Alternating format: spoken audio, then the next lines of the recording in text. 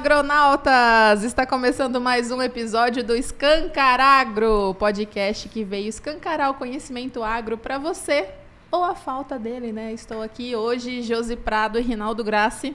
Tudo bem? Tudo bem, Rinaldo? Tudo bem, tudo bem. Qual o sentimento de hoje? Cara, o nosso eu não sei. Agora, se eu fosse nosso adversário, eu teria medo. Porque aqui nós já fizemos muita dupla de zaga por aí, não? Ó! Isso é uma baita de uma verdade. Eu não sei quem que batia mais, né, Levaldo? Pois é. Tudo bem, temos aqui um parceiro de baba, como se diz aqui na... Sim, vixe Maria. Ele que tem mais de 6 safras aqui no oeste da Bahia, né? Trabalhando com algodão, soja, milho. É doutor em produção vegetal, bolsista na FAPESP, né? Com tese em tecnologia de aplicação de agrotóxicos, formado em 2014. Também fez um estágio muito interessante aqui na Ohio, que depois a gente vai também querer saber, muito legal. E é também mestre em entomologia, na linha de pesquisa em controle químico com dissertação em uso correto e seguro de agrotóxicos. Estamos falando de Jorge Gomes, da Expertise Consultoria. Tudo bem, Jorge? Tudo bem, muito prazer estar aqui com vocês aqui. Fica tranquilo, aqui é uma conversa entre amigos. Não, tranquilo.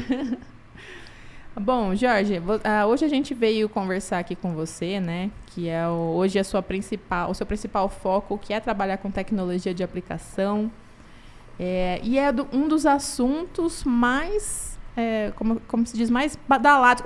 Nas caixinhas de pergunta que eu coloquei lá nas nossas redes, foi o que mais teve perguntas, mais dúvidas que o pessoal mandou, né? Então, por incrível que pareça, é uma área assim que já é bem, digamos, consolidada, né?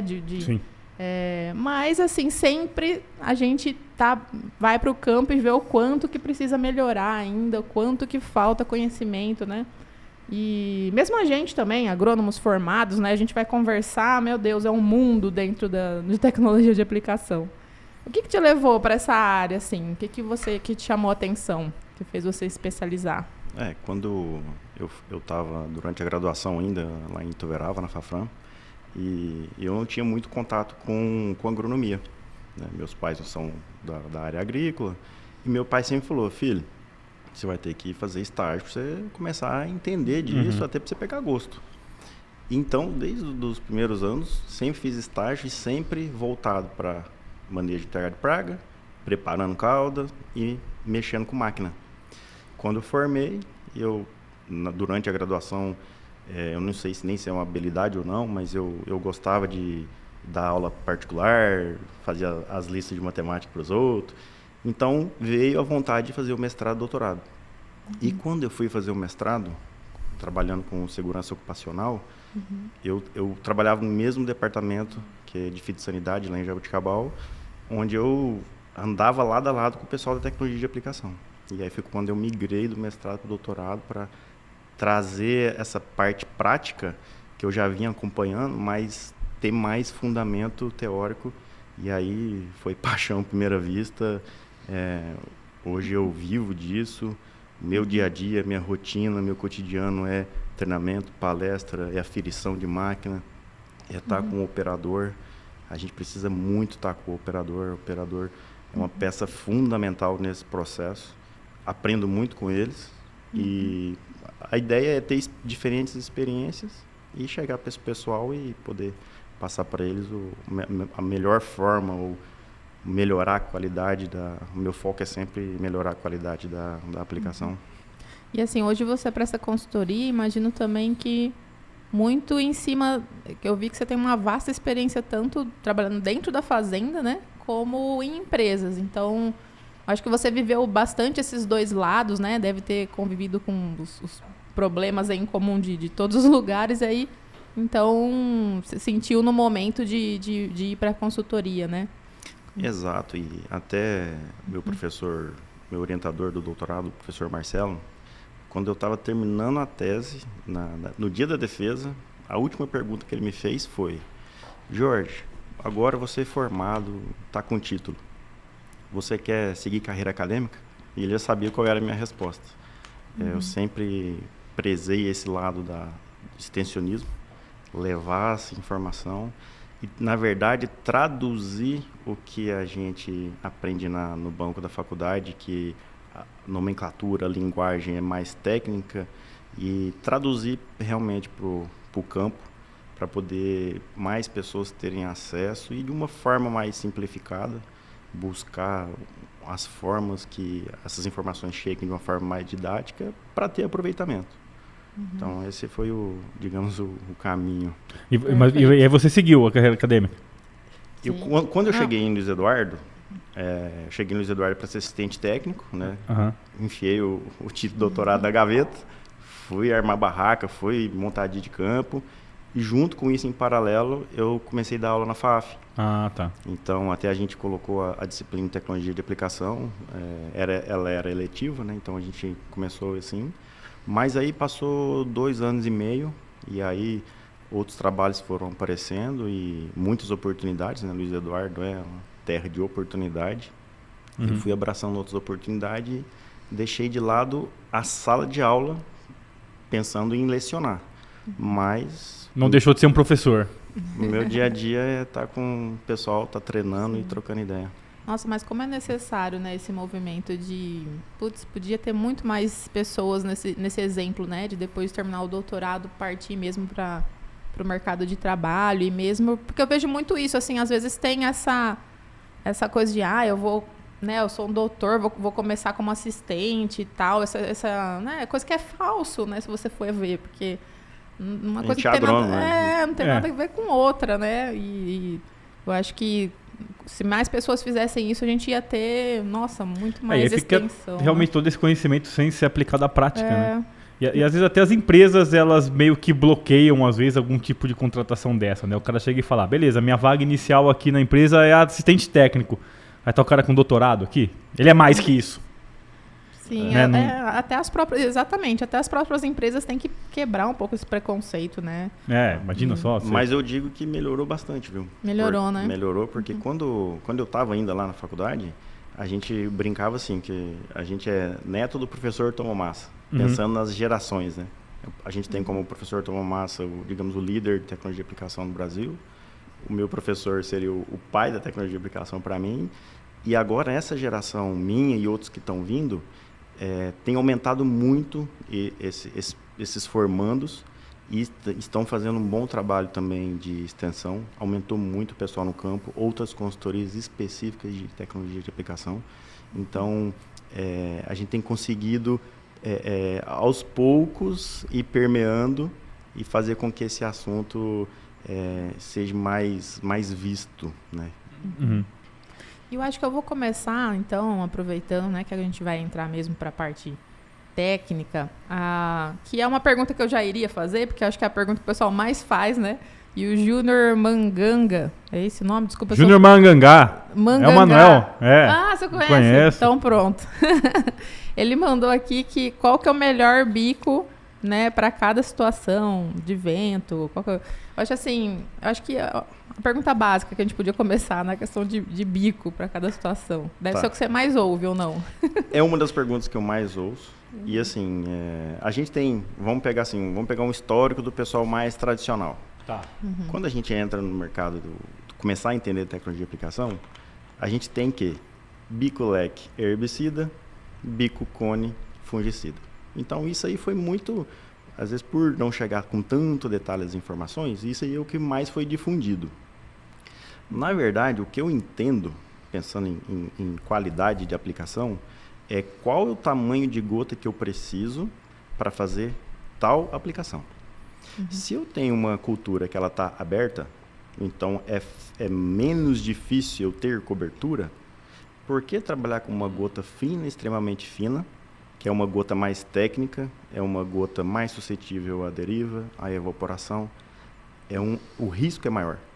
Então, se eu posso lançar mão de um tamanho de gota um pouco maior, que não vai prejudicar o meu controle, e que eu vou ter cobertura, eu vou ter penetração, associado com a formulação do produto, ou a sistematicidade do produto, se é de contato ou não, então eu primeiro escolho o tamanho de gota para a minha situação, e aí a partir do tamanho de gota, eu escolho o modelo da ponta. começo a fazer as contas pensando em vazão, velocidade, pressão de trabalho, se é um pulverizador de arrasto, se é um pulverizador autopropelido, se é um autopropelido com bico a bico. Então, tudo isso interfere no planejamento da escolha do modelo da ponta. E essa questão dele ser leque ou cônico, entra onde, assim? É tipo, do jeito que ela vai sair lá da barra até como ela vai chegar? O que influencia isso aí? Assim, se a gente pegar a parte da engenharia da ponta, a produção dela mesmo, o desenho dela, ela é feita para fazer uma gota extremamente grossa, uma gota média, uma gota extremamente fina, associado com pressão. Então, eu tenho gotas sendo produzidas extremamente fina, com ponta leque. Dá para fazer? Dá. Só que acontecem outros detalhes, outros entraves que prejudicam o operacional. São pontas que com mais facilidade se entopem. Então, eu já tenho que mudar a minha estratégia pensando em formulação de produto. Se eu precisar melhorar o meu operacional e quiser reduzir a taxa de aplicação em litros por hectare, ela também já não vai deixar eu fazer exatamente aquilo que eu queira, porque aí vai começar a ter os entupimentos, porque a cauda vai ficar mais pesada, digamos assim. Então, acaba que quando você coloca todos os fatores que te ajudam a atrapalhar o processo operacional, você migra para a ponta cônica. A ponta cônica ela é muito mais difícil de entupir. É mais versátil. Mais versátil. E vai fazer aquela gota fina que você está precisando para penetração. Então, eu tenho tanto a gota, a ponta cônica quanto a leque, produzindo diferentes tamanhos de gota. Então, acaba que... E quando a gente olha as empresas, tem muitas empresas produzindo pontas, cada uma delas com inúmeros modelos. Então, fica até difícil de fazer uma escolha de tanta opção que tem. Então, se você realmente, se você está num processo de melhoria de qualidade da aplicação, você tiver pelo menos uma ponta leque que faça de gota média para fina, para você trabalhar nessas áreas que ainda não precisa de uma cobertura ou está mais fácil ter cobertura. Lavoura fechou, preciso ter cobertura, você migra para as pontas cônicas que te dão essa gota fina e melhora a penetração. E uma terceira ponta, se a gente tiver a opção de colocar, seria as pontas com indução de ar, pensando em deriva, pensando em risco de deriva, evaporação, divisa com o vizinho, e aí sim, trabalhar com pressões mais baixas, fazer gota grossa, extremamente grossa, ultra grossa. Então, eu diria que essas três pontas, se a gente tiver elas ali na catraquinha... Isso que eu ia perguntar. Aquela catraquinha ali, ela vai, o que são? De 3 a 5, né? De 3 a 5 é o que a gente mais vê. E aí, tá bom, eu já escolhi 3 então. Uma indução de ar, uma leque indução de ar, uma ponta leque quebra-galho, coringa, uma TT da vida. E aí eu vou para um bico cone. Tá, Jorge, e as outras duas? O que eu faço com elas? Eu deixo em branco?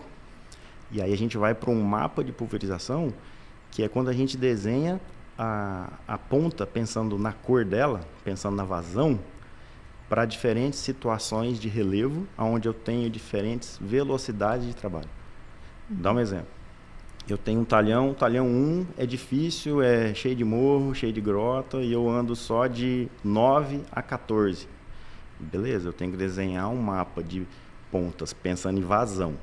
Sempre combinando velocidade, vazão, pressão de trabalho, tamanho de gota que eu quero, e que encaixe nessa velocidade de 9 a 12, 9 a 13.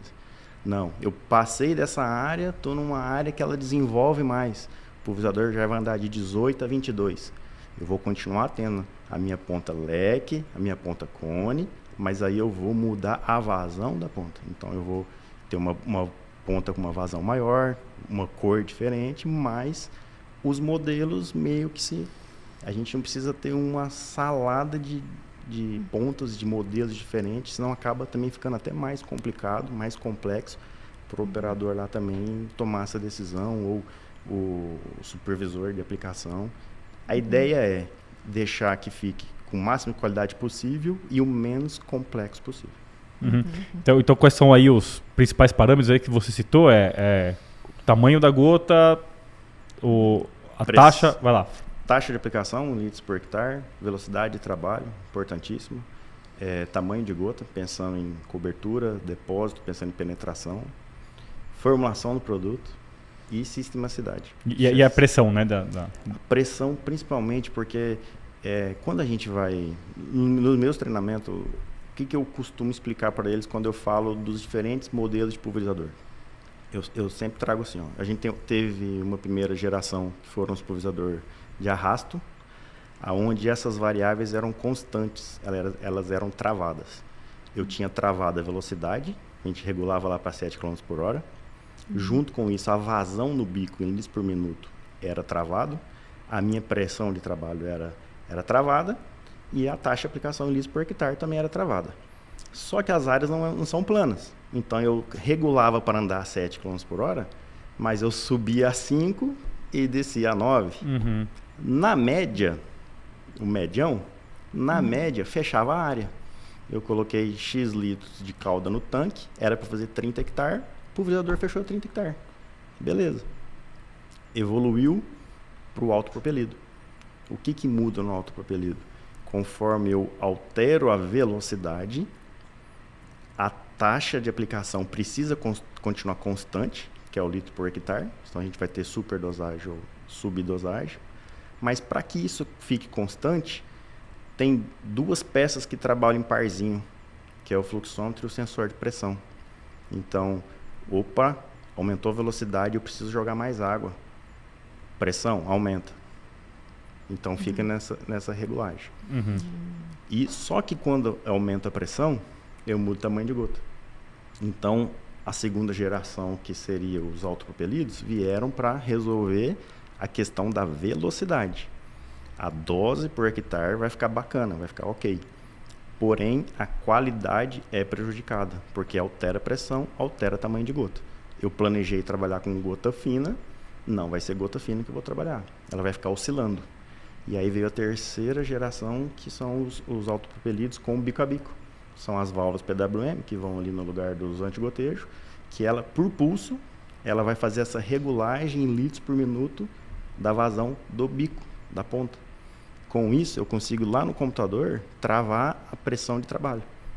Eu olhei no catálogo, essa ponta aqui, a 300 kPa, está me dando gota média.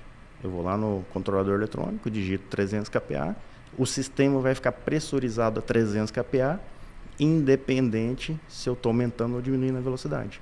Aí eu vou ter pressão constante, tamanho de gota constante, velocidade variável e taxa de aplicação constante. Entendi, não sabia disso não. Também não. Desde quando essa nova geração, essa terceira que você falou? Já faz um tempinho, porque quando eu estava lá em 2013, lá em Ohio, lá a gente já acompanhava. Então já tinha os catálogos, a gente já vinha acompanhando o pessoal da TGET, então já tinha os sistemas. Só que toda eletrônica, como até hoje a gente percebe, ela demora um pouco para emplacar, principalmente por conta de custo, né? Sim. E quem vai mexer com isso? Quem vai vender, quem vai dar o pós-venda, quem vai me ensinar a mexer com isso. Então tem todo um passo a passo. Até ficar popular, né, vamos dizer. Hoje, então, o pessoal ainda não trabalha com esse... Tem aumentado muito as máquinas com bico a bico. Porque se a gente puxar um histórico próximo agora, uns 5, 6 anos, por exemplo, quando eu cheguei aqui em Luiz Eduardo, eram poucos que tinham, e quando você ia comprar, era um acessório, você tinha que colocar algo a mais para ter esse benefício. Como não era muito difundido, fora já era bem difundido. E o nosso mercado brasileiro também sempre foi, apesar de ser enorme, ele nunca foi a prioridade. E hoje não. Hoje a gente vê as marcas vindo para o Brasil para desenvolver as máquinas por conta do tamanho que é o nosso mercado. Então isso também está mudando. É uma das coisas que ajudou a ter mais máquinas com o bico a bico. Então hoje tem bastante máquina com bico a bico. E tem esses pulverizadores que tem estação meteorológica nele mesmo? Tem isso aí? Tem, positivo. Como é que é isso aí? Então, quando a gente olha lá para trás e vê as aulas de agrometeorologia, que a gente tem uma forma de instalar os equipamentos, né, o tanque classe A, aí você fica imaginando, putz, como é que eu coloco uma estação climática num pulverizador que vai andar a 35 km por hora? Pois é, né? Como ele vai marcar o vento, né? Como vai marcar o vento? Como vai marcar o vento, Pois exato.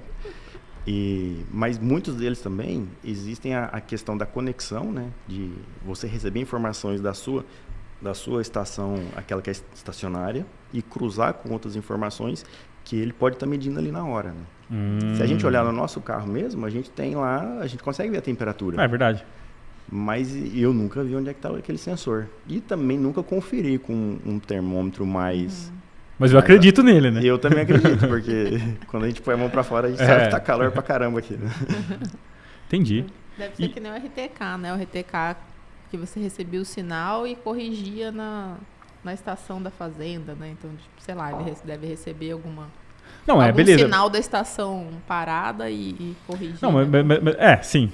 Mas eu digo assim, nesse caso lá que está medindo condições do ambiente, né? Você receber de uma estação lá que está parada, ok, né? O negócio é como que ele em movimento ali consegue medir bem, né? Mas hoje, como está muito difundido essas estações climáticas também, essas várias estações esparramadas na fazenda e elas conectadas... ajuda muito. Ajuda, além de ajudar, é como se fosse um cheque, né? Sim. Opa, eu estou medindo isso aqui está me dando essa outra informação, o que eu posso fazer com isso? Uhum. E a eletrônica está tão avançada que já tem alguns equipamentos que já fazem isso, de trocar o bico, conforme você vai aumentando a velocidade, ele troca a vazão do bico. Então, se eu tinha um bico amarelinho que é 0,2, eu andando a 15 km por hora, eu fui para 20 km por hora, mudou para 0,25 o roxinho. Ele faz isso sozinho. Então, não estamos longe de a gente chegar numa situação que a temperatura não tá dentro dos parâmetros, o vento não está, umidade relativa. Isso vai ser informado para o bico e o bico vai fazer alguma coisa. Ele mesmo vai trocar. Ele vai trocar o bico, ele vai mudar o tamanho da gota, ele vai diminuir a pressão no sistema para a gota aumentar um pouquinho, ou vai bloquear ainda, aqui você não aplica. Você só vai dar um input, né? Você vai chegar e falar assim, eu preciso disso. E aí ele vai ver até onde é possível... São os índices. Até onde é possível você fazer aquilo até chegar, como você falou, no ponto de parar, né? Não, aqui não dá mais. Aqui não dá mais. Deseja continuar? Sim, beleza. Por vai. Por conta e risco. Vai, Exato. Mas não tem o respaldo, né? E como que você considera, assim, como um todo, quando você vai nas fazendas, aí no lugar, o nível, assim, da tecnologia de aplicação do pessoal, assim? O que é comum você mais ver? Como que é a tua abordagem? Chega lá, começa por onde? Como que é esse... Assim, eu procuro, a princípio, entender o operador. Puxo conversa, saber se o cara é tímido ou não, porque muitas das informações do dia a dia é o operador que vai me dar, é o preparador de calda que vai me dar. Alguns testes, assim, aí é uma facilidade que eu tenho de perceber se... Não cravar qual é a escolaridade do cara, mas você consegue perceber a dificuldade que ele tem. Então isso aí me ajuda muito para como fazer essa abordagem, para que ele tenha mais esse aproveitamento. E aí essa abordagem, a princípio é na máquina, porque como a máquina ela é igual para mim e para o operador, eu só vou, faz isso aqui para mim, faz isso, me mostra isso, como é que você faz isso? Aos pouquinhos eles vão ficando mais à vontade e aí as coisas vão acontecendo, a gente vai conseguindo trabalhar, mostrar as diferenças, ou a forma de fazer. Então acaba que a gente aborda de uma forma mais prática. E quando a gente chega na fazenda, o que eu mais tenho pegado, por exemplo, é máquina contaminada. Entendi. Então, a gente sempre pede, né, descontamina a máquina, a gente vai trabalhar com ela e tal. E semana passada mesmo, um exemplo que ficou bem característico. A gente foi numa propriedade no Maranhão, a máquina estava com 830 horas, então ela tinha começado a aplicar agora em novembro, a máquina zero. E aí até brinquei com o representante que me levou. Rapaz, você tem que me levar na nossa fazenda, que a máquina está com 5.000 horas, 6.000 horas, senão como é que eu vou abrir os tampão aqui e a gente vai encontrar resíduo? Uhum. E dito e feito, o primeiro tampão que a gente abriu, tampado de resíduo de agrotóxico. Nossa. E aí são alguns detalhes das máquinas que hoje a gente tem, por exemplo, o Imperador da Stara e os da Jato, com recirculação na barra. O que é isso? A cauda não chega no final do ramal e morre. Para, e né? para. Entendi. E até brinco muito, né? Que o final de barra é igual a curva de rio. Sim, Só sim. para a tranqueira. Sim, sim. E hoje tem os pulverizadores que tem esse ramal que no final, volta lá pro tanque. Então você elimina isso. Mas a gente tem uma frota aqui no Oeste que é majoritariamente John Deere, e o John Deere não tem esse sistema. Então se a gente abrir, igual a gente abriu com 800 horas, tem um resíduo. E aí vai da rotina da fazenda, quantas vezes você abre esse tampão para fazer a limpeza, quando é... Qual que é o melhor dos mundos? Reinaldo, se a gente nunca abriu durante a safra... Tá errado. E abrir pelo menos uma vez por mês, já é um primeiro passo. Tá. A mudança não é da noite pro dia, não é repentina. É um processo. Então a gente tem que mostrar para eles que precisa abrir para ser limpado. E quando você conversa com esse operador aí, lógico, são vários, né? O que eles falam assim? Não, isso aí, nossa, é ali que abre? Como que é a... Não, até, assim, o mais comum não, a gente abriu, não sei o quê. E aí até o gerente às vezes tá junto e fala assim, rapaz, agora que a gente vai ver se você tá limpando esse trem direito. E aí a gente leva na brincadeira, porque tem que ser uma forma leve, porque se a gente for também só para pôr o dedo na ferida e rodar ali, fica porque assim, né, complicada. Numa fazenda, quem já teve lá já sabe muito bem, já viu, né? Tem período ali que realmente não dá para parar, né? É fazer ou fazer. Mas também tem a hora que para, né? Também tem aquela semana ali que tá chovendo a semana toda, né? Ali talvez é a hora de falar, cara, vocês estão tudo coçando aí, né? Vamos lá. É uma época do ano que a gente tá procurando serviço. Sim, tá né? Caçando o serviço. Aquele momento ali que tá tudo chovendo, não tem o que fazer, né? Porque assim, a gente pode entrar nos méritos assim, né? Qual que é o ideal em termos de frota? Não, o ideal em termos de frota é você ter lá um pulverizador para na cultura da soja, X hectare, no milho e no algodão, X hectare. O ideal é que uma máquina rode por safra tantas horas. A gente pode traçar aqui um cenário ideal, né? Só que ele é médio, né? A hora que você pega e aplica ele na prática em determinados momentos. Quando você pega uma fazenda aí, vamos pegar o nosso caso aqui da Bahia, que a gente planta no sistema safra, que começa ali plantando soja no mês de novembro e ali, finalizando a questão da soja, você já entra no plantio do algodão. Cara, esses primeiros 60 dias ali, 70, é uma pauleira. Você começa ali dessecando, né, para abrir área para plantar a soja. Já vem no plante-aplique. Né? Aí você planta a soja e você já entra no algodão. O algodão tem muito forte, né, a questão do plante-aplique. Só que também já está entrando nas primeiras áreas de soja o pós-emergente. E aí você já tem que atacar duas coisas até você morrer nas aplicações lá de pós-emergente em algodão. E a gente está falando de aplicações que você não pode usar o avião como ferramenta, né?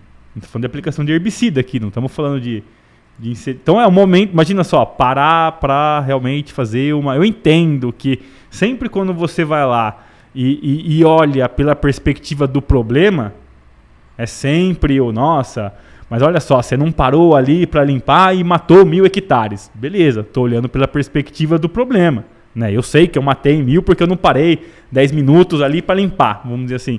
Mas... na prática a gente sabe que não é assim, né? Na prática ali você vai pelo... Cara, não vai dar problema, pau, não posso ficar parado. Mais uma situação dessa de herbicida é onde mais, como o erro mostra, é onde mais a gente para poder concordo com você. Fazer essas trocas, é onde mais tem esse cuidado, Concordo, o herbicida mostra mesmo, isso é verdade. E esse sentimento a fazenda tem, nesse ponto... É onde eles mais cuidam. Eu estou saindo de uma área de as primeiras do fungicida, mas a minha soja lá atrás, que foi plantada mais tardia, tá as primeiras de herbicida. Aí esse cuidado normalmente tem. Então você acha que quando é inseticida, alguma coisa assim, é mais negligenciado? E aí acaba... Eu creio que sim, Josi, porque é mais difícil da gente ver, da gente medir. Faz sentido total, faz sentido total, realmente. Quando a gente, vou trazer outro exemplo, quando a gente tem curva de nível. A gente sabe que a soja ali na curva de nível não vai bem. Mas uma das primeiras coisas que a gente às vezes traz como motivo, é a água que empoça e não deixa ela ir. Só que se a gente pensar na oscilação de barra, se você entrar 10 vezes naquele tiro pulando na curva de nível, e se ela inclinar mais para um lado do que para o outro, são 10 vezes que de um lado o jato não está cruzando entre os bicos, porque está muito baixo, sendo que do outro lado está muito alto e está perdendo por deriva. Então, todas as aplicações que você estiver fazendo ali, não vai dar bom. Então, ali vai dar o mato, ali vai dar ferrugem, ali vai empoçar água. É aí que entra os drones? Também.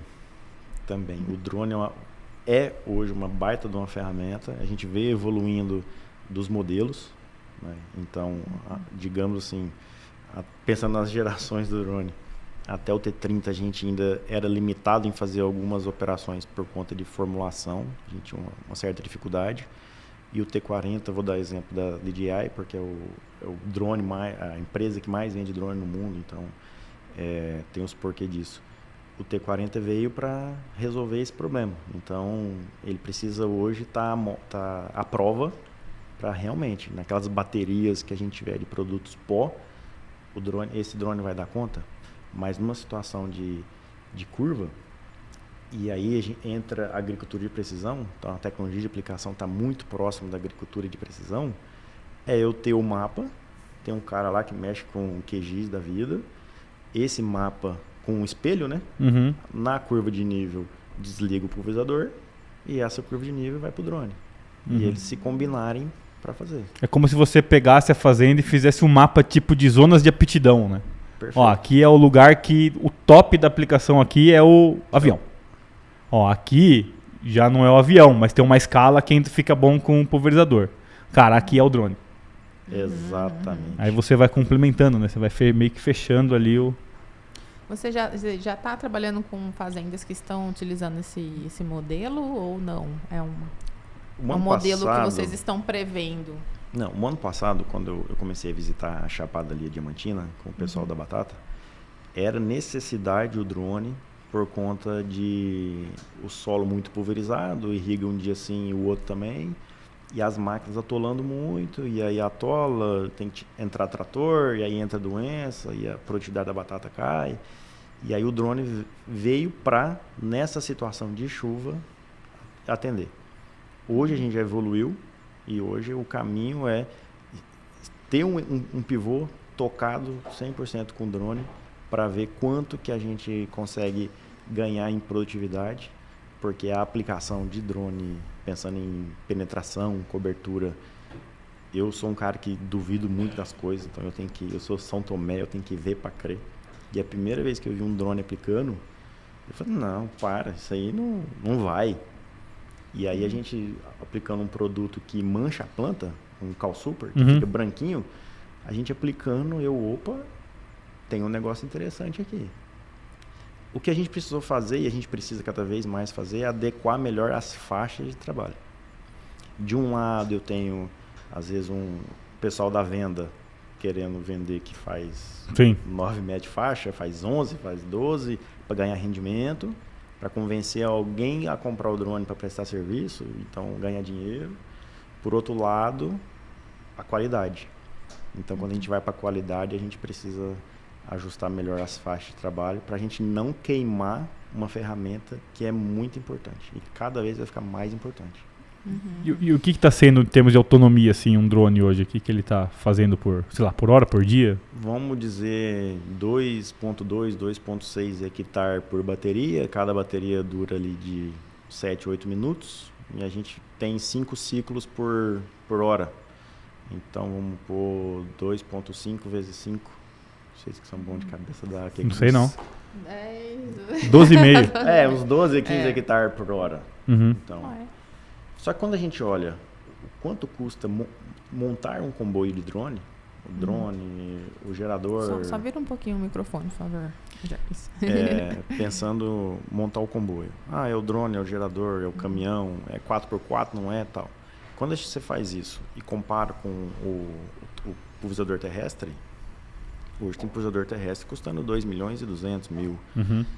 Jorge, mas um drone não faz o serviço de um terrestre. Ok, mas se eu tiver 4 ou 5 drones, eu consigo fazer o que o terrestre faz. E é o que o pessoal vai caminhar para aplicação em enxame. E como que é a estrutura? Legal esse nome aí, aplicação em enxame, né? Até porque o drone é, né? Sim, parece um... Não, ele é, né? O drone é zangão, né? É zangão. como que é essa estrutura que está ao redor? Porque o que a gente vê hoje na prática, a gente vê assim, né? Pelo menos onde eu vejo. Você tem lá um comboio, vamos dizer, de 3, 4 pulverizadores ali, com uma carreta tanque que tem uma pré-mistura, tem lá uma equipe de dosador e boa, né? Como que é essa estrutura ao redor de um drone, assim? O que tem que ter ali? Principalmente, tem que ter água no pé, porque como a cada 8 minutos a gente precisa estar abastecendo o drone, e aí também é questão de prática. Tem que ter uma cauda pronta ali, então, já. Tem que ter uma cauda pronta, tem que ter um tanque pré-mistura, o gerador. Tem diferenças de geradores, porque... tem que ter o gerador, né? Porque se eu tiver um gerador que não for... Eu consigo carregar na tomada de casa com 220, mas eu demoro mais minutos do que se eu tiver um gerador apropriado com o ideal, que eu consigo carregar com 10. Então, se com 10 minutos carregando bateria, com 3 baterias, não me falta bateria. Então, se não me faltar bateria e não me faltar a cauda pronta, é questão de você ir acompanhando conforme você vai aplicando, você vai acompanhando, vai descendo a área e vai fazendo o trabalho. E operador, se tiver 4, tem que ter 4 caras lá operando? Controlinho? No controle, um operador consegue, digamos assim, é permitido operar mais de um drone. Mas no que eu estou acompanhando, o risco é tão alto, digamos assim, vale a pena, na minha visão, eu ter um piloto por drone pelo risco que é de cair e você ter que tomar conta. É um malabarismo. Só por moleque lá, né? Pega um moleque aí que tá no intervalo da escola, põe lá, vai adorar. Vai achar que tá jogando videogame. Pensou? Rinaldo, isso aí é onde eu tenho os meus maiores estresses, digamos assim, porque a gente tem cada vez mais visto o pessoal comprando drone para prestar serviço, pegando alguém que não tem base de aplicação, não tem um conhecimento de vento, a importância... O cara tá só pelo pilote do drone, não pela... entendi. Se você pegar o drone em si, é mais fácil que mexer no celular. Você aplica. E ele aplica primeiro, ele aplica sozinho. Você aprender a mapear, que é fácil, ele aplica sozinho. Então, o operar o drone não é difícil. Entendi. Se a gente pegar um piloto hoje de um voo comercial, para ele é tranquilo, porque o voo é instrumental, ele põe lá no GPS lá e vai daqui para São Paulo e ele não põe a mão. Mas e quando acontecer alguma coisa? Ele tem que estar preparado para quando acontecer alguma coisa ele pegar na mão e fazer. Então, no nosso caso do drone da aplicação, esse pegar na mão é o planejamento de rota, é entender que eu preciso ter um vento através para ter faixa cobrindo. E não é sempre que eu vou traçar uma rota de pulverização e o vento pode mudar no meio do caminho. É onde começa a ter as falhas de aplicação. E aí é onde o herbicida vai mostrar. Então, a pessoa que vai operar, ele tem que ter essa base, esse sentimento, principalmente de clima, formulação de produto, entendeu? Então, esse é o meu medo da ferramenta se queimar por conta dessas pessoas que estão pegando. Entendi. Então, essas pessoas precisam treinar mais e ter uma base melhor de agronomia. Eu tenho 2 dúvidas que me surgiram aqui. Qual que é o tamanho mínimo de uma propriedade para compensar ela ter um drone desse? E o outro a gente viu muito esse movimento na agricultura de precisão, né? Veio aquele há 10, comecei lá, trabalhava com isso na fazenda. Veio um movimento forte, os produtores todos adotando, né, a tecnologia, e depois ela se queimou, como você falou, e aí ficou um bom tempo até o pessoal restabelecer, muitas empresas fecharam. Você acha que o drone já passou por esse momento de decepção e retomada, ou ainda vai acontecer? Ou você acha que, de repente, se trabalhar certinho, não acontece? Está evoluindo muito rápido. A tecnologia embarcada dele, a segurança que tem no voo, você aplicar com menos água, toda a parte de sustentabilidade, está evoluindo muito. Se a gente tem um drone desse, que faça 100 a 120 hectares por dia, e aí é questão de planejamento.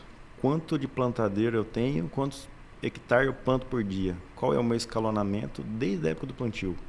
Então eu preciso ter um drone, 2 drones, 3 drones. Se eu tenho que um pulverizador terrestre, ele dá conta de tocar uma área de 2.500 hectares, numa média de barra de 30 metros, aplicando de 15 a 20 km por hora, 50 a 60 litros por hectare. Um pulverizador toca 2.500. Então, ele toca de 2.300 a 2.700, passou 2.700, qualquer zebrinha que deu... Fica apertado. Vai ficar apertado, vai trabalhar estrangulado, corre o risco daqueles 14 dias do calendário do fungicida não bater. Uhum. Então, se a gente olhar essa mesma ótica, 4, 5 drones faria esse trabalho. Então, é questão de adequar no operacional. Então, aí no caso, assim, nesse caso, você poderia dividir, então, por 2.500 por 4, para ser um número Exato. mínimo, para ter compensar, né? Uma folguinha, vamos colocar 5, porque o drone vai cair. Então vai ser um drone para 500 hectares. Um drone para 500. Uhum. Perfeito. Isso aí, essa relação é essa. E tem uma vantagem. Quando a gente tem uma máquina fazendo esse trabalho e ela quebra, se a gente não tiver um socorro rápido, ela vai ficar 2, 3, 4 dias sem aplicar. Depois, quando ela ficar pronta, eu vou ter que correr atrás do lucro, né? A gente não corre mais atrás do prejuízo, correr atrás do lucro. E aí, como que vão ficar essas aplicações na correria? Se antes eu parava 9, 9h30 por causa do vento, agora eu vou ter que dar uma esticadinha porque eu estou atrasado. E aí, no mapa de aplicação, fecha os hectares que eu preciso. Mas qual é a qualidade que está? Quando a gente vai para o drone, se a gente tiver 5 drones e um cair, eu tenho 4 trabalhando. Se um precisar fazer manutenção... Eu vou montar uma empresa de seguro de drone. É o caminho. Eu vou. Porque você recupera um drone ali quando cai, cara. Tem como arrumar ele? Pena um negócio ali, sei lá. Dá mesmo. Um drone troncho. As peças são muito... tudo ali é montável, parece um Lego, né? Entendi. E quando ele tá voando, pela zoada que ele faz, realmente dá um receio, né? Putz, se isso aqui cair, não aproveita nada. Mas aí a gente acompanhando o pessoal e acompanhando os drones que caíram, dá para recuperar. Você tinha comentado ali atrás sobre a eficiência da aplicação dele, né? Eu preciso ver ali e etc. Se a gente pegar... Hoje nós podemos dizer que são 3... No nosso caso, né? Nas grandes culturas ali, pode dizer que a gente tem 3 modos de aplicação. Na verdade, 2 iguais, né? O modo aéreo aí, com drone, com avião e o pulverizador terrestre, né? Em termos de eficiência, eles são parecidos, assim? Tem um que é melhor que o outro? Se pudesse escolher só um, qual que era o melhor? Eu vou trazer quando eu cheguei aqui em 2015. E até 2015, eu não tinha muita proximidade com a aplicação aérea. Certo. Quando a gente olha qual é a hora de trocar as pontas do pulverizador terrestre? Deu 10% de coeficiente de variação do desgaste de ponta, está na hora. Então a minha base é 10%. Quando eu vou avaliar uma aplicação aérea e ver a qualidade da faixa, a gente já tolera até 20%. Só nisso já me dá a base que o terrestre consegue fazer um trabalho com mais capricho, com mais uniformidade do que o avião. Quando eu cheguei aqui, eu ficava sem entender por que tinha tanto avião. Eu vim lá do interior de São Paulo, propriedade pequena, não acompanhava a cana de açúcar, onde usa muito avião. E aqui eu passei a entender, e eu carrego essa frase para mim. O ótimo é inimigo do bom, e antes feito do que perfeito. Certo. Então é melhor numa situação que o pulverizador terrestre não entra porque atola, é melhor ter o avião com 20, 25% de coeficiente de variação numa faixa do que eu não aplicar. Então eu entendi, aqui na Bahia eu entendi que a gente precisa do avião. E o algodão precisa cada vez mais. Né? Quando eu comecei a acompanhar as aplicações de drone, aí eu vi o quanto o drone consegue jogar realmente a cauda no bacheiro da soja, no bacheiro da batata, melhor do que o próprio terrestre. Entendi. Então, eu acredito que quando a gente volta lá para trás no MIP-D, que a gente tem que esperar dar o nível de dano econômico para entrar com a ação, se a gente levar isso ao pé da letra, pensando no dia da entrada, eu acredito que por conta da qualidade da aplicação do drone, a gente vai começar a realmente mensurar que eu deveria ter entrado com 7 dias, entrei com 8. Era para ter reentrado com 10, entrou com 12, por conta da qualidade. Acredito muito nisso, mas isso precisa ser melhor validado. Realmente pegar uma lavoura do começo ao fim e tocar ela 100% com o drone e a gente realmente ter essas análises. Uhum. Já trabalho que vocês vão fazer lá, estressar ao máximo ali o uso da ferramenta para... Exato. Uhum. Você trabalha com a parte de mapeamento mesmo da pulverização? Como que você tem visto a evolução disso nas fazendas? As fazendas começaram a utilizar mais em larga escala ou ainda está muito aquém? A gente tem poucos exemplos que usam muito bem a questão dos mapas de aplicação, ou da própria John Deere, o pessoal da Solifintec, mas melhorou porque hoje eu vejo mais pessoas buscando o mapa. Talvez está olhando o mapa, não tá entendendo do jeito que poderia aproveitar a informação, mas já está buscando. A gente está na mesma fase que anos atrás a gente tinha com o bico a bico. Então, tá entrando mais essa questão do olhar o mapa, avaliar o mapa, ver se teve sobreposição, cruzar com dados de clima para saber se aplicou numa condição ideal ou não, aplicou, mas teve uma chuva. Essa chuva passou por onde no talhão, que hora que foi a chuva, aplicou um glifosato, tem quantas horas que aplicou o glifosato na hora que a chuva passou?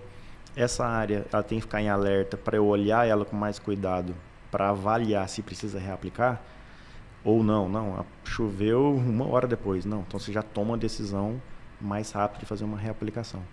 Então tem fazendas que estão muito bem desenvolvidas com isso e outras que estão gostando do assunto.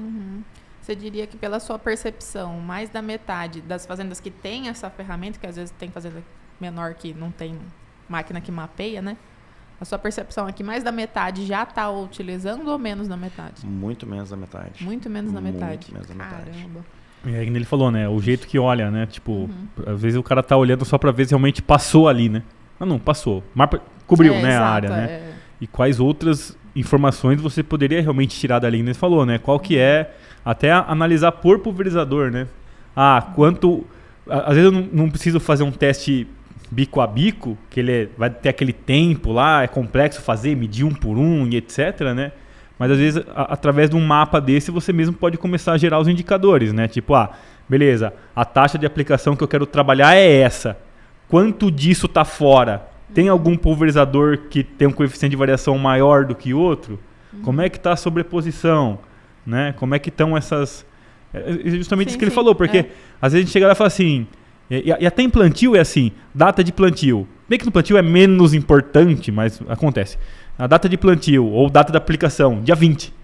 Só que o dia 20 teve 24 horas, né?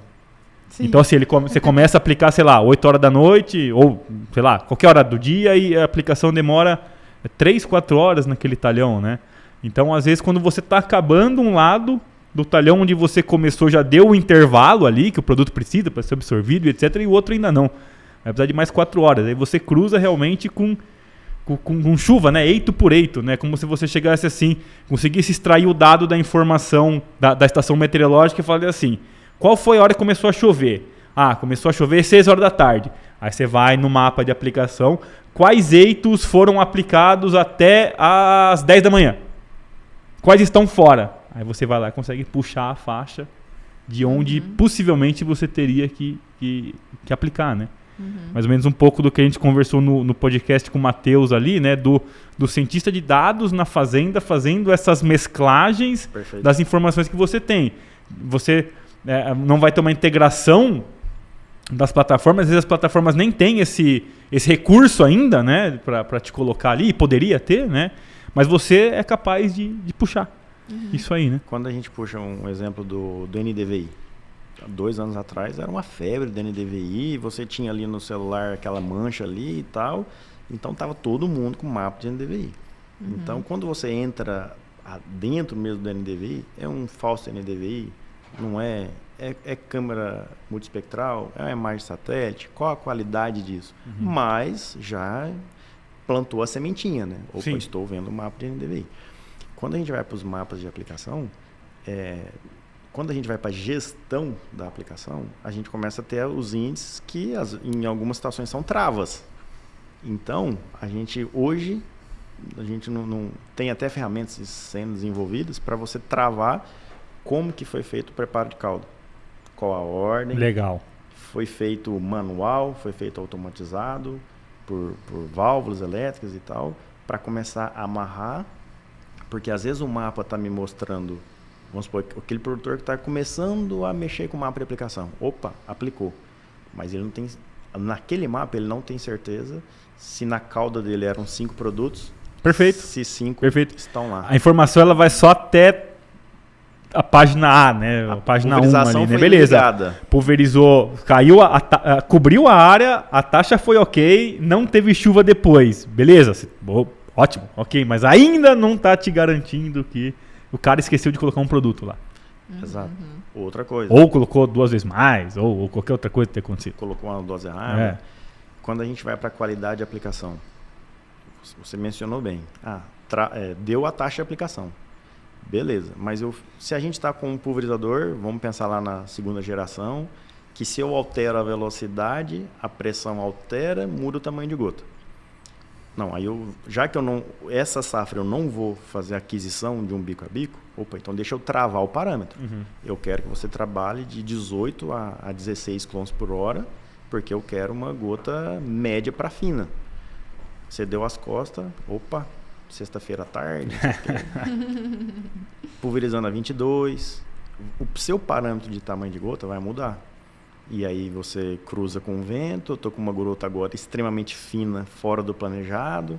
Então essas travas, pensando em gestão, estão vindo e vão evoluir para nos ajudar nisso. Começar a travar e você melhorar o seu processo. Eu acredito muito nessas questões de digital e agricultura de precisão e etc., justamente para você conseguir ter o máximo possível de detalhes mapeados e de maneira fácil para justamente você lidar com a larga escala. Você não ficar preso no detalhe. Como se fosse assim, cara, tô mapeando tudo isso aqui, tá tudo ok, né? E o próprio sistema como um todo tá cuidando dos detalhes para eu não ficar preso nele e poder realmente fazer uma gestão de larga escala. Vocês acreditam que, pensando nesses detalhes, né, antes que eles cheguem a esse ponto em que a tecnologia compensa ter nas fazendas um profissional que esteja assim, focado só na qualidade da aplicação? Você, como consultor, falaria que compensa, com certeza? Com certeza absoluta. Você minimiza muitas das falhas, os erros, você planeja os processos, você tem alguém com foco em conferir o processo e ver se o processo está acontecendo. A gente chama do COA, né, o Centro de Operação Agrícola, e outros fazendas usam outro nome, mas está caminhando para isso. Outros profissionais da parte que não é ligado do agrícola, do agronômico, vai vir, vai ser absorvido.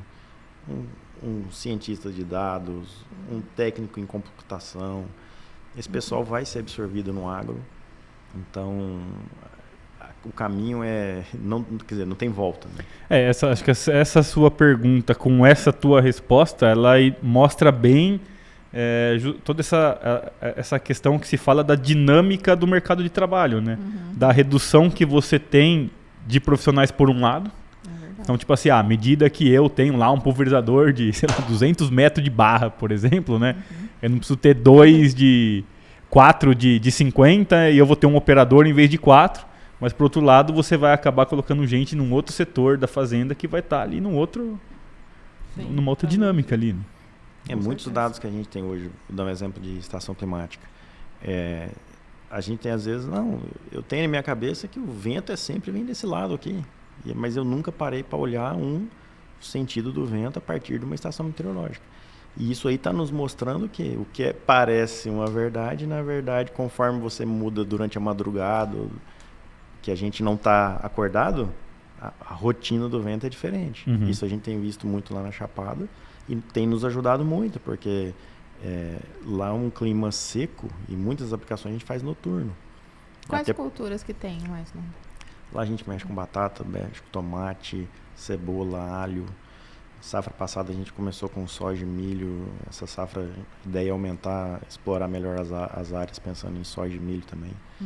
Então, esses dados são importantes, porque as aplicações são à noite e a gente não tinha por onde que vem o vento. Então, nos ajudando nas programações. deriva, porque eu tenho culturas altamente sensíveis. Então, ajuda no planejamento. Então, a gente explorar mais. E tem muito dado, muita informação dos equipamentos em si, dos sensores.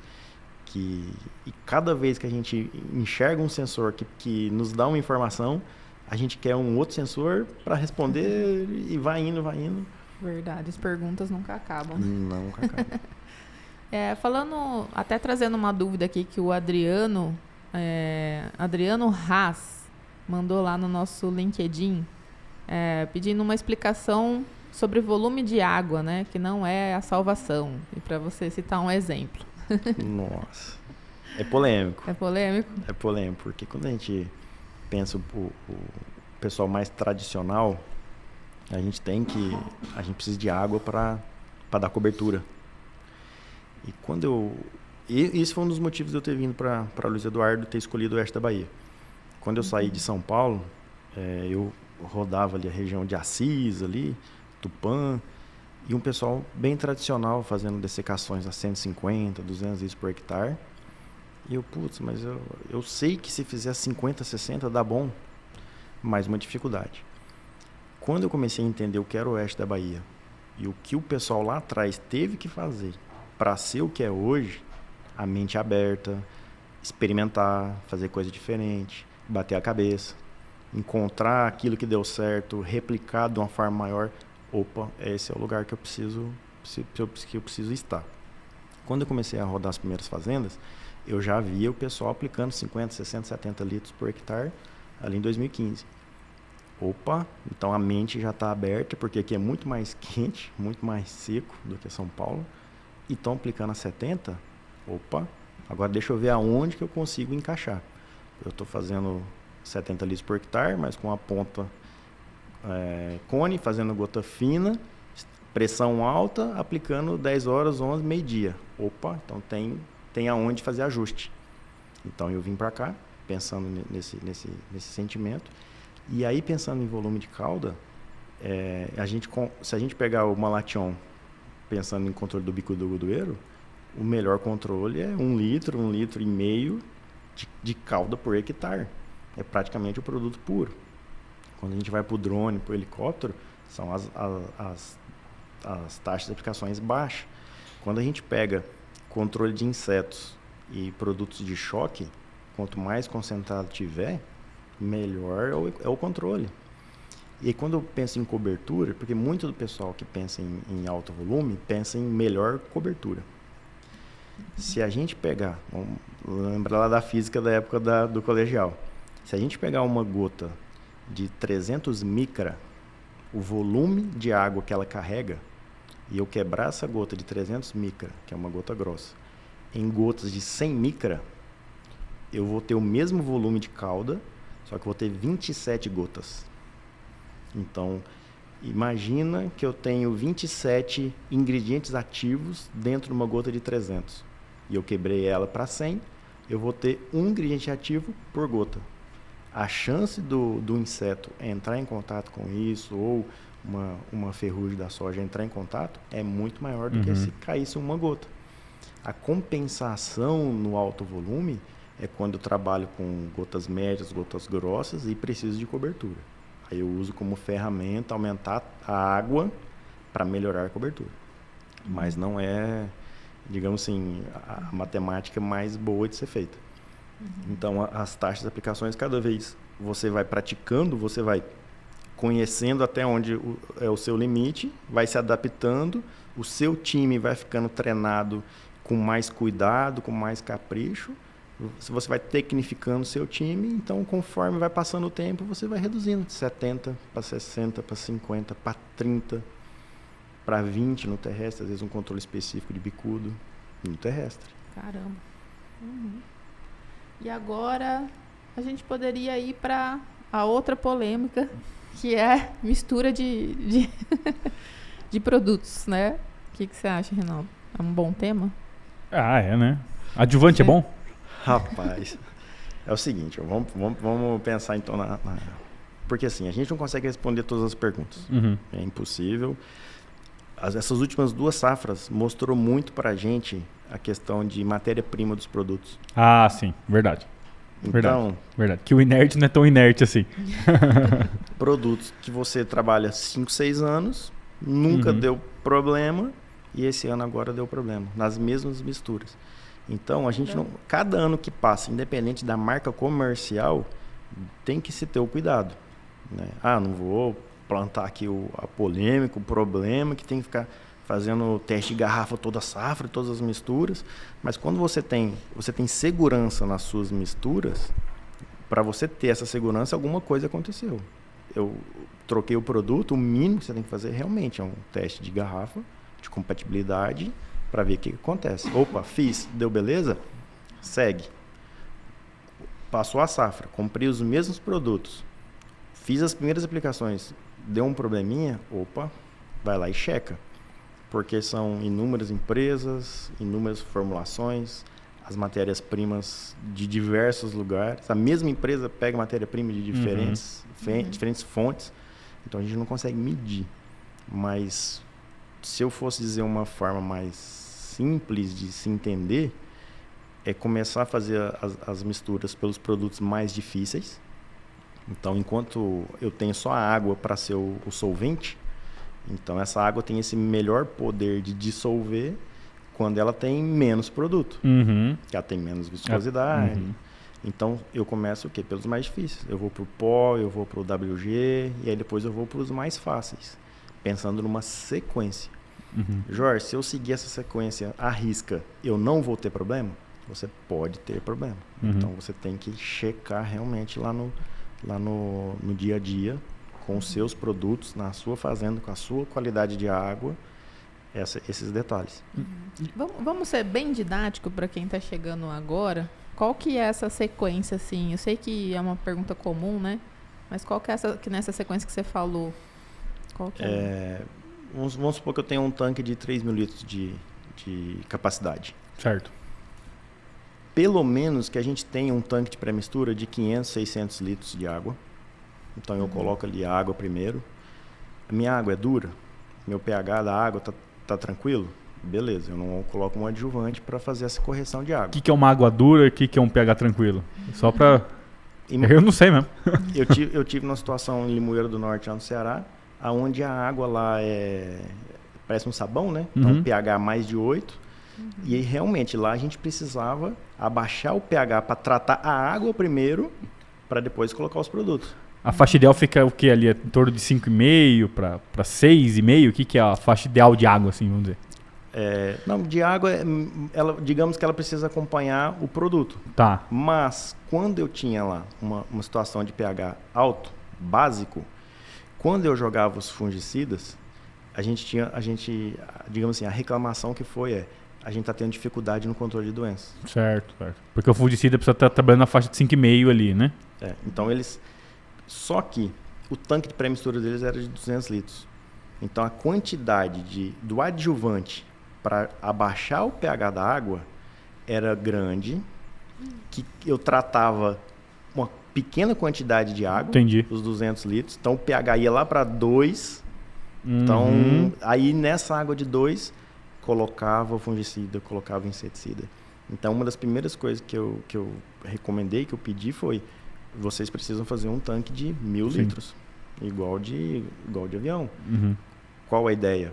Eu vou colocar um tanque de pulverizador com capacidade de 3 mil litros, coloca 1.000 litros no tanque de pulverizador, já pega a dose correspondente desse adjuvante para tratar a água, já joga no pulverizador, deixa batendo, coloca mais 800 no tanque pré-mistura, trata essa água para não ser uma dose muito alta de uma vez. Sim.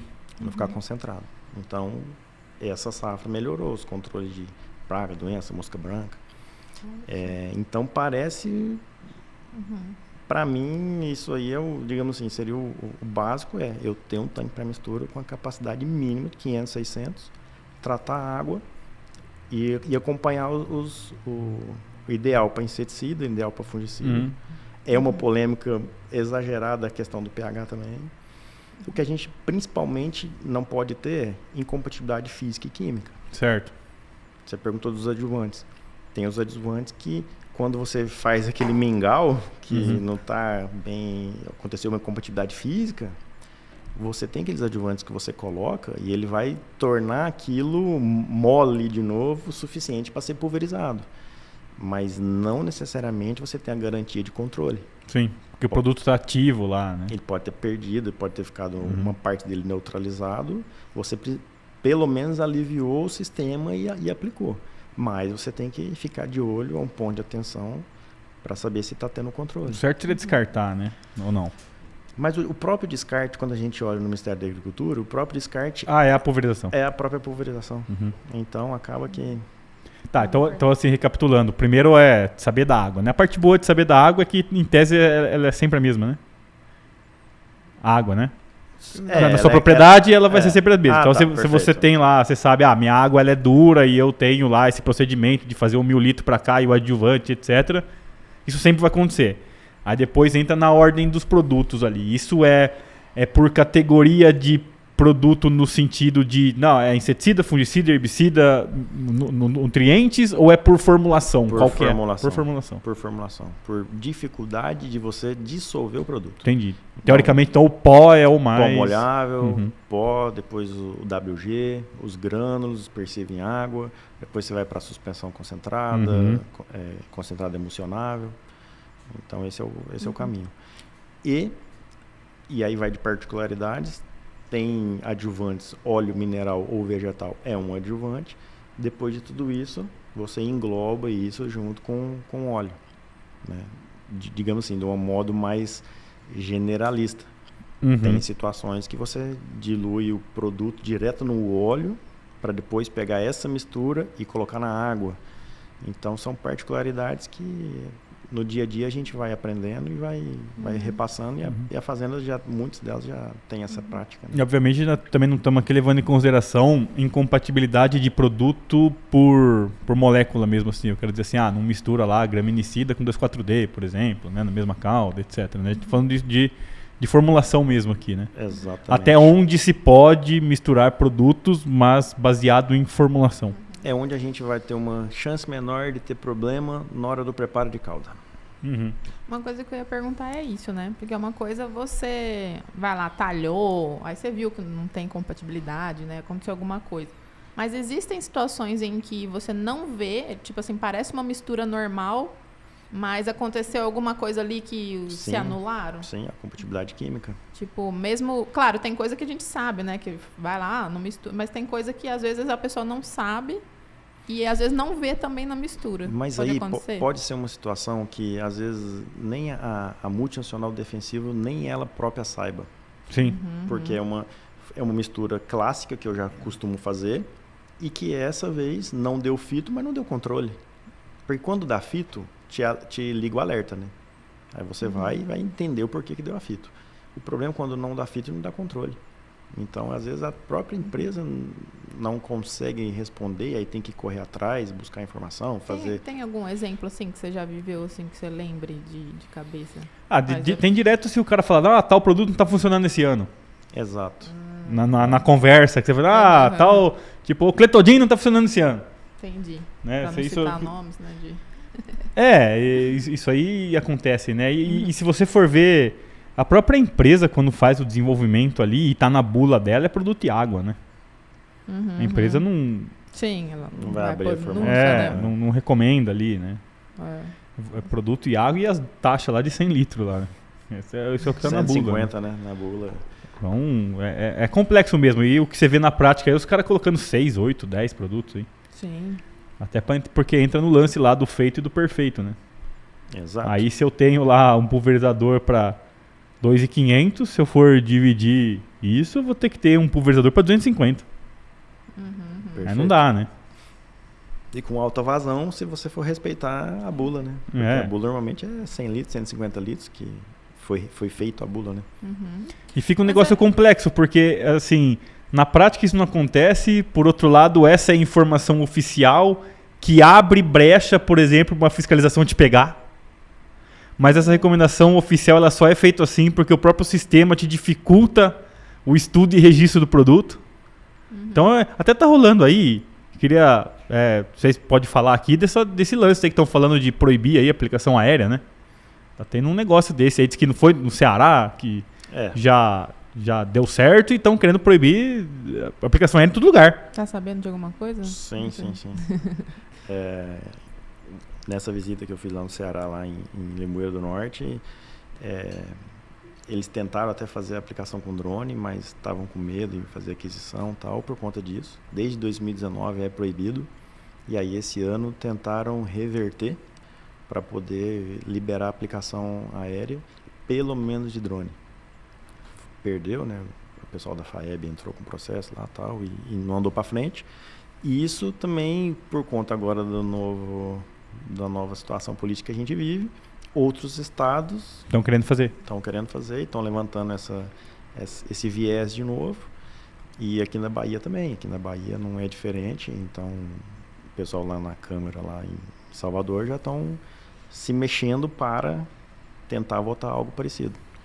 Mas nós vamos defender com unha e dente. Engraçado aérea. Que nessa hora não tem perda de postos de trabalho, né? De não sei o que lá. Nessa hora não tem nada disso, né? Nessa hora pode ir lá o cara que tirar o frentista do posto lá, não pode porque, que nem nos Estados Unidos, né? Que você abastece, não pode porque vai acabar o emprego do frentista, vai acabar o emprego do cara da catraca do ônibus, isso não pode. Mas aí o emprego do piloto agrícola pode. Aí você não entende, né? Não só do piloto agrícola, não. O nosso setor do algodão, quanto emprega essa indústria do setor do algodão. Então, e se realmente o produtor fala assim, não, então eu vou segurar então aquele aumento que a gente está esperando de área para a próxima safra, eu vou reduzir. E aí, como é que vai ficar? Então, eu acho que é um pouco mais grave do que isso. Lá no Ceará, se a gente pegar a lei, o decreto, são 2 parágrafos, não tem embasamento nenhum.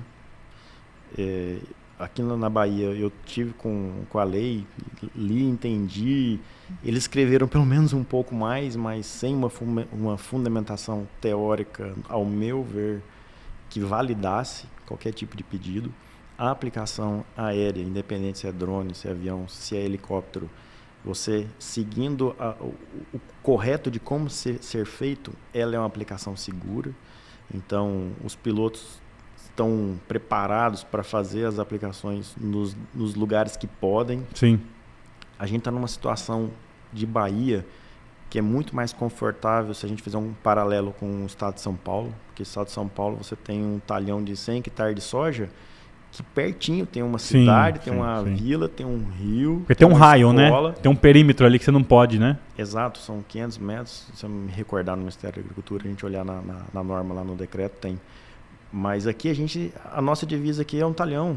Então, se acontecer da gente ter as dores de cabeça, de deriva, é com o vizinho, ou o vizinho às vezes sou eu mesmo. Então, essa questão do seguro, da intoxicação, de contaminação do lençol freático, não faz sentido nenhum. Nenhum. Porque se for assim, vamos ser polêmico, então tem que proibir qualquer tipo de aplicação. Sim. Que seja terrestre, que seja por drone, que seja costal. Realmente não faz sentido. Não faz sentido nenhum. Eu ia perguntar, não sei se vale a pena a gente falar mais sobre esse negócio das misturas, né? Antes de entrar para essa questão, eu ia perguntar se o estudo dessa questão de aplicar sem muita mistura, né? Será que não compensaria essas entradas a mais? Vocês acham que não aconteceu esse estudo por conta que o operacional não dá mesmo? É assim, tipo, né, a gente sabe da realidade da fazenda, né? Ou porque realmente não... Algumas situações assim, quando a gente... E dependendo do aperto, não é com muita frequência, mas acontece. Eu misturar o foliar com herbicida e inseticida para aproveitar aí de carona. Acontece. Não é sempre que acontece. Mas quando eu puder, pelo menos, separar, colocar inseticida com herbicida, e às vezes deixar o fungicida um pouco mais...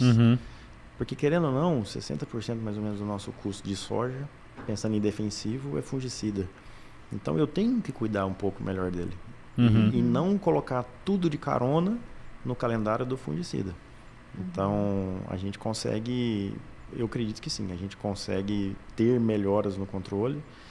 E aí, muitas das vezes o que esvala é o operacional. E você realmente, quanto eu dou conta de fazer isso. E Bacana. aí o povo ainda quer proibir avião, fica difícil, né? Em relação à aplicação de biológicos, né? O que você tem visto aí nessa área? Foi até uma pergunta aqui do JV Beer, né? Se a tecnologia de aplicação tá vendo essa questão aí também. Ele até comentou de corte de seção, não sei o que ele quis dizer. Eu diria assim, que a gente deveria estar mais próximo a partir do momento que a gente não planta soja sem inocular, e a gente começou a fazer as inoculações antes na semente, depois vieram os aplicadores de suco, e o que a gente mais tem problema nos aplicadores de suco entope o bico. É úmido, junto com terra, vira lama, entope. Às vezes a própria formulação, às vezes o sistema de filtragem do pulverizador de suco não é tão bacana. E aí fica ali 2 linhas entupidas, aí o operador chega lá no final, aí que ele vai ver que entupiu. Então, se a gente pensar nesse modelo de aplicação, que é um biológico de suco importantíssimo, vale a pena a gente dar uma atenção melhor. A gente pensar em modelo de ponta para facilitar a vida do operador lá para entupir menos. Às vezes o tanque é com maior quantidade de água para colocar uma taxa de aplicação maior, que vai deixar o produto melhor diluído ou melhor misturado, que vai atrapalhar menos o entupimento, pensando na aplicação de suco. Quando a gente vai para os biológicos de aplicação foliar, a gente tem visto, quando a gente pensa em ferormônio, essas aplicações em faixa. Então, a recomendação do fabricante né? Faz uma faixa, pula 1, 2, às vezes faz uma outra. Mas pensando em máquina em si, a gente tem tratado tudo como digamos, um assunto só. Sendo biológico, sendo inseticida ou herbicida. Faz a calibração, deu para aplicar. Entra na mesma linha ali, né? Se tem compatibilidade com os outros produtos da Caldo ou se não tem, né? Acho que... Mas é um segmento que está crescendo muito, né? Demais. A gente precisa ter mais cuidado e enxergar detalhes. Por exemplo, a gente teve uma baita de uma escola que foi a Helicoverpa, quando a Helicoverpa chegou e os biológicos que vieram. E aí a questão do vírus, da cápsula proteica e da questão do pH da folha. Então, isso a gente observa e todo mundo fala. Então, a gente precisa evoluir nesse ponto. Aí sim, a gente vai ter melhores condições de aplicação. Dá para fazer aplicação à noite, não dá? Dá para fazer com chuvisco ou não? Tem a polêmica da aplicação com orvalho. Mas espera aí, se a aplicação do biológico, eu preciso dar maior condição para o biológico continuar vivo. E isso eu ter umidade, temperatura mais amena. E a gente tem aplicações que a gente faz no pivô de irrigação que são excelentes. Por que não aplicar com orvalho? Então, já tem aqueles que já estão experimentando e o tempo está para chuva. Opa, muda a programação e vai com o biológico. Porque muitas das vezes o biológico que a gente está aplicando via foliar, não tem problema se ele escorrer e for para o solo. Porque a gente quer que ele vá para o solo. Então, essa questão de taxa baixa, com gota extremamente fina, para ficar na folha, para ter aderência, para ter absorção, no biológico, muitas das vezes a gente quer o escorrimento. Tem que pensar numa tecnologia realmente diferente para ele, né? O que eu vi ali, nessa questão de orvalho, né? O pessoal falava que o vírus lá não dava certo no algodão por causa do pH de folha, né? E parece que... Eu vi um trabalho ali do pessoal ali que só colocou aquela fitinha de pH que você usa aí para caldo, para piscina, né? E etc. Na folha seca tinha um pH lá, normal, lá tipo 5,5, né? E quando a folha estava molhada, lá orvalhada, ia para 11. Aí, mas assim, foi um negócio, falei, nossa, que interessante, o cara só pensou em ir lá e colocar a fitinha ali e medir, né? Agora, realmente, quanto que aquilo se aplica, né? Porque é um negócio genial pela simplicidade, mas ele te coloca a dúvida justamente pela simplicidade.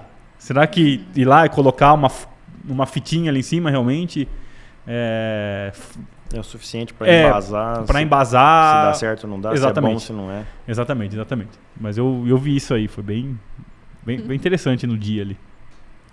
Eu sou bem distante dessa área, confesso. Tô aprendendo muito aqui, porque realmente faz um tempo, né, que eu não mexo com produção direta, assim, né? Uhum.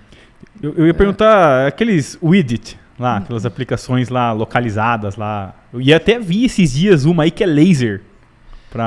Ele atira um laser ali na erva daninha e mata ela ali, né? Tem visto muito essas... Olha, a tecnologia do widget, ela é mais antiga, né, do que o Weed Seeker e do que agora o do Save Farm. A ideia é a aplicação localizada de herbicida para fazer o controle. Particularmente, eu acho o widget uma ferramenta mais robusta, pensando na parte da estrutura dela em si. É menos complexa, né? Eu já com menos limitação de velocidade de trabalho. E na hora da dessecação, muitas das vezes, como não tem a cultura, você não precisa ter o cuidado em amassar a cultura. Se perder o ponto do GPS, se sai um pouquinho para lá ou para lá, não vai amassar a soja. Então é onde a gente anda mais. Então eu vejo o widget com uma certa vantagem pensando nisso.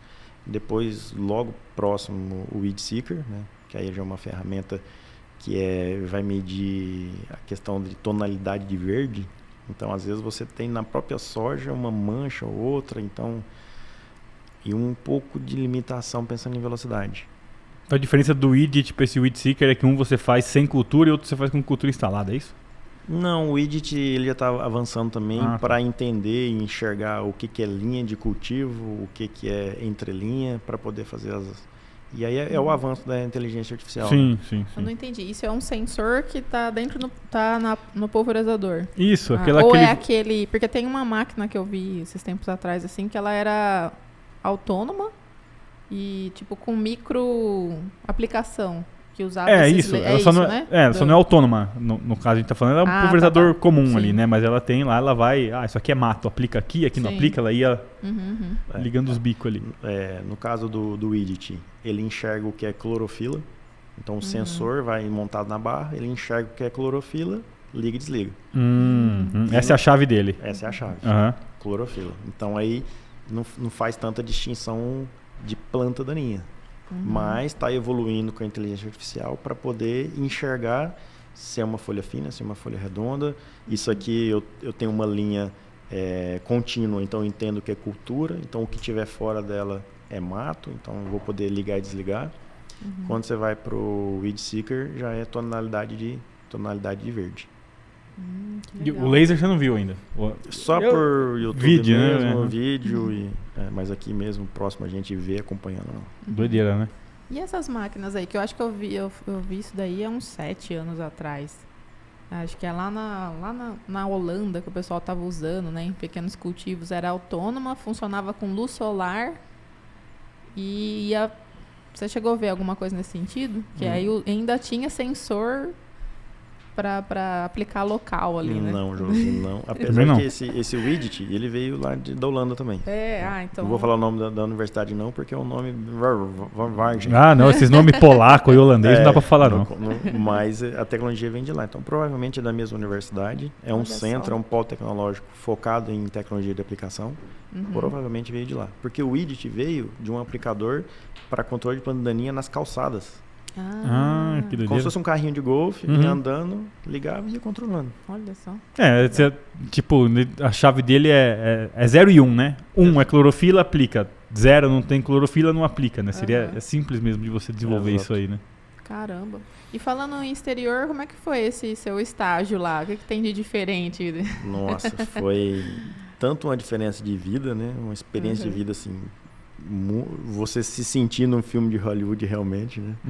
Mas pensando no lado da agronomia, quando eu cheguei lá em 2013, eles tinham acabado de passar por um tornado dentro da universidade e que tinha destruído o departamento de engenharia agrícola. Meu Deus! Então, isso foi em 2012. Quando eu cheguei em 2013, todos os equipamentos já tinham sido adquiridos novamente, e muitos equipamentos e coisa cara que eu não tinha nem visto aqui no Brasil ainda, esparramado em outros departamentos. Eles estavam construindo o novo departamento.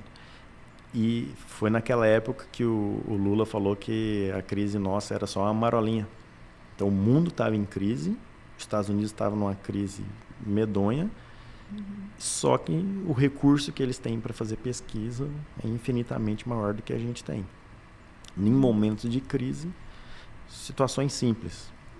A gente tinha uma combosa lá em Jaboticabal, para a gente fazer os ensaios. Lá, os alunos da cidade onde eu morava, que era o Worcester, ficava 1h30, 2 horas de Columbus, que é a capital, eles tinham um carro equivalente a uma Explorer para ir assistir aula e depois voltar. Nossa. Então, esse foi o primeiro impacto que a gente percebeu, né? Então, quanto lá o recurso parece que é infinito, né? Pensando em equipamento, e aí vale a pena nessa hora ser brasileiro, porque te desenvolve a criatividade. Porque o brasileiro é muito bem visto lá, pelo menos... Pela criatividade, né? Pela criatividade. Isso é verdade.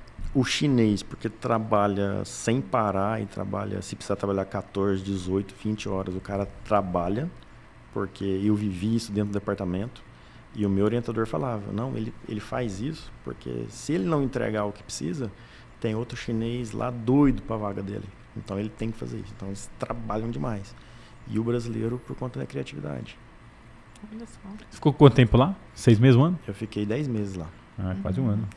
10 meses lá. E aí, comparando com o americano por ter muito fácil, entre aspas, né, o recurso financeiro para desenvolver as coisas, eu vejo um povo um pouco menos criativo. Com situações que poderia resolver de forma simples, não, precisa desenvolver algo para resolver um problema simples. Por quê? Porque tem um recurso. Tem até uma história da Guerra Fria lá, quando os caras estavam na corrida armamentista lá, né? E entra mais ou menos, curiosidade, né? Que entra mais ou menos numa linha que nem essa sua aí, né? Que eles estavam lá desenvolvendo, né? Míssil para atacar avião e etc, né? E o americano lá, ele pegava e desenvolvia lá o míssil que virava mais rápido e que tinha maior potência e que arrancava mais rápido, nananana, e tinha uma acurácia de assertividade menor do que o soviético. O soviético, ele não tinha tanta tecnologia, tanto poder aquisitivo para desenvolver um míssil top, só que eles colocaram lá tipo um sistema matemático, um algoritmo, que o míssil saía, ele mapeava o comportamento do piloto, e quando ele tinha já certo, uma probabilidade alta, qual seria a próxima manobra do piloto, ele já convergia a rota dele, e aí ele acertava o avião que ele iria abater ali, né, com uma acurácia muito maior do que o americano. Acho que entra nessa linha que você falou, né? Cara, eu tenho tanto recurso aqui que eu tô focado em fazer o mais rápido, mais potente, o não sei o que lá, e aí perde, às vezes, né, não dá aquele passo atrás, fala, não, será que tem uma outra alternativa para eu fazer, aumentar isso aqui? E aí... Mais simples, mais criativo. E às vezes a gente, como brasileiro, sofre daquela síndrome de vira-lata, né? Cara, demais. E aí quando você chega lá e você vê a estrutura, realmente te impacta. Conforme você vai vivendo e você vai conversando e sofrendo e resolvendo problemas que pra cá seria muito mais difícil você resolver, você fala, opa, peraí, eu não sou tão vira-lata assim não, eu tenho um certo pedigree.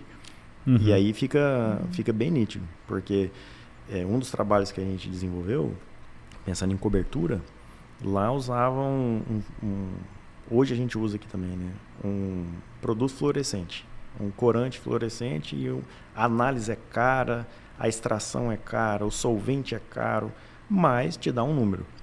Professor, lá no Brasil a gente usa sulfato de manganês, que é um adubo foliar, a gente coloca nessa proporção aqui, e é uma análise feita com absorção atômica. A gente tem absorção atômica aqui, uma avaliação muito mais simples, mais barata, vai me entregar um resultado parecido, porque a gente precisa, porque a gente não quer acertar o olho da mosca, né? A gente quer saber quanto de calda chegou na parte de baixo da folha. A gente fez um teste lá e ele começou pelo menos no período que eu estava lá, a trabalhar com essa metodologia. Muito mais barata, muito mais simples, muito menos louça para lavar depois do laboratório, então...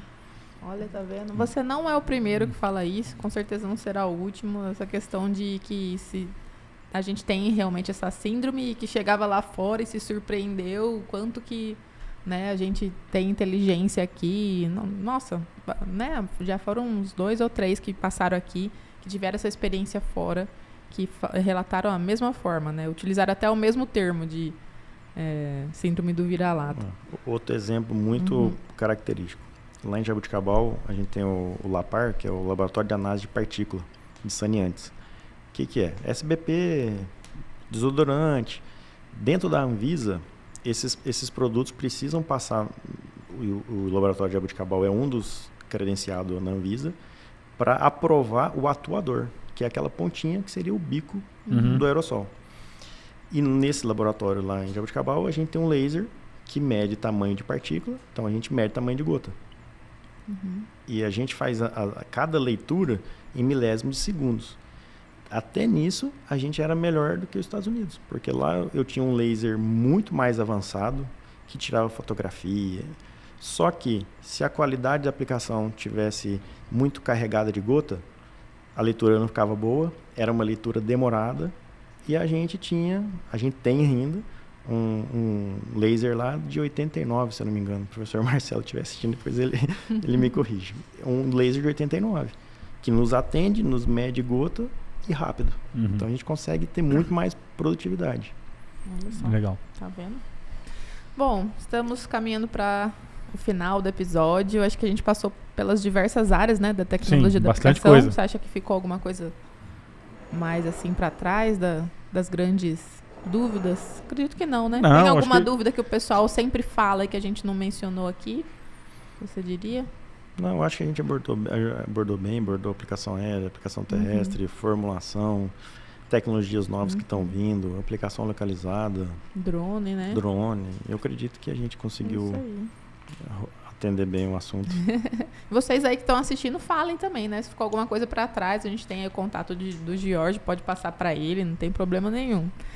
Então, chegando aqui pro final do episódio, você que já assistiu, já sabe. Já treinei as respostas. Se vocês não trocaram as perguntas... Então, vai ser o primeiro que vem preparado aqui, porque todo mundo é pego de surpresa. Que é a nossa famosa sequência espinhosa. Então, vamos começar com o Jorge Gomes, sequência espinhosa. Não vou nem explicar, então. Começando a primeira palavra, desmatamento. Com critério, eu sou a favor. Terra indígena. A gente tem muita terra nesse Brasil. Eles têm direito a essa terra, sim. Reforma agrária. É importante, mas eu acredito que com um viés mais para quem tem a aptidão da terra. Se a gente tiver aptidão, e aí independente se é branco, se é negro, se é rico, se é pobre, mas a função social dela pode ser para nós, por exemplo, que somos técnicos, somos agrônomos, e não temos condição de participar de uma reforma agrária. Por quê? Porque financeiramente a gente pode ter uma situação melhor do que uma outra população. Eu acredito que como se diz, o benefício e a gente chegar num denominador comum seria a aptidão. Perfeito. Legal. MST. Esse é o espinho maior aqui do Esse não desce na goela. Esse é o mais fácil de falar aí, o que é. Então, porque quando a gente pega os cabeça, para mim é bandido, e quando a gente pega a população que está ali, é massa de manobra. Fazendas verticais. Eu assistindo os outros podcasts, eu não consigo ver essa fazenda vertical, não consigo enxergar. Eu tenho essa dificuldade de enxergar ela. Somos dois. Inteligência artificial. Produtividade e assertividade. Mudanças climáticas.